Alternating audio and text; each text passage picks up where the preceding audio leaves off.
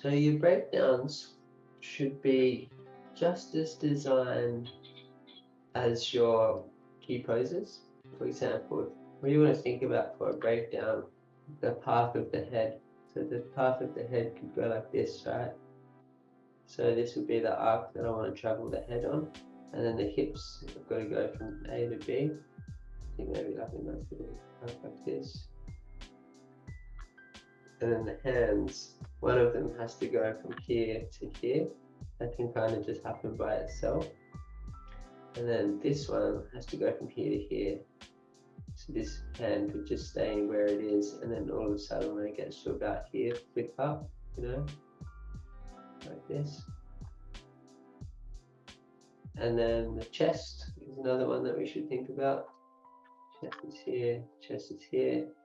The head's going on this arc, so the chest is probably doing a similar thing. Right. So when I do my breakdown, I might think, do I want to favor this pose or do I want to favor this pose? So does my head, if my breakdown is my cog going to here, say, and my head can maybe come like this down to this, right? That means I might have a big bend in my thing here. So my feet can just, this one can be still here. This one can slide across, right? And then the hand, this one could just still be up here, right? So then we've got some drag. And then the next one can also still be here, right? And then so we can see in this pose, this is one, this is one, this will be another, this will be another, and this will be another. So we've got the arc with the head, and then the cog we've got on its way, that'll eventually get to here. Everything is on its path to get to the next pose. Let's do this one, which will be kind of like the one just before the end. The cog will basically be here. This will be here like this. This guy's already in its ground. This one's probably dragging its way here. You know,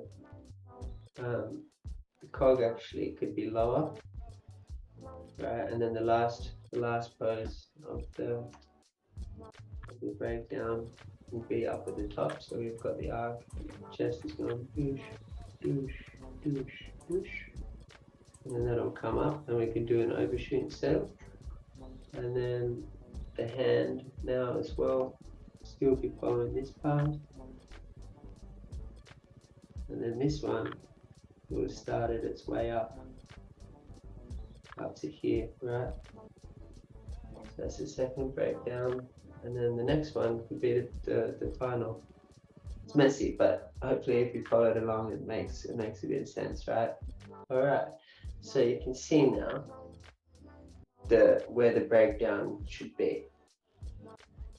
You can come down with your hips, right? Or drive the action with the hips.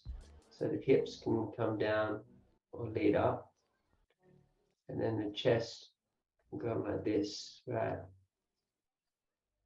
And just drag the head. You get a small bend in the knees. Right, so in the way this works is you're still getting, if I draw it like this, you're still getting the same anticipation before you go up. You're just not going like a big round like this. So you're leading with the body and then you drag the head, and the next pose you could be like,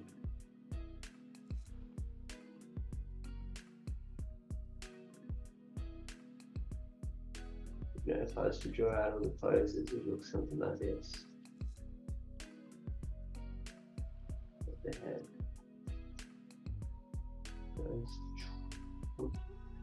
Like this, and then the body is doing the same. But the key thing that's happening is it's staying within the path. The head is not going too far out, And it's the same thing with the hands that we have here. So your hands initially are here, right? And then they kind of come up and out, and then across like this. So what I would do instead of this is do this. And the arms come here. Building the arms up like this. And then they could come do a bit of a nesting like this. So like they're down low, then they come up like this. Like a loading of the gun, so bring them in and then over. So yeah, when you do breakdowns, think of that. Think of the path that they're traveling on, and try not to, if you've got from A down to B, and this is it. Try not to do anything that's like out here. You know what I mean? Just keep it within the path, and you'll have smooth animation, nice breakdowns.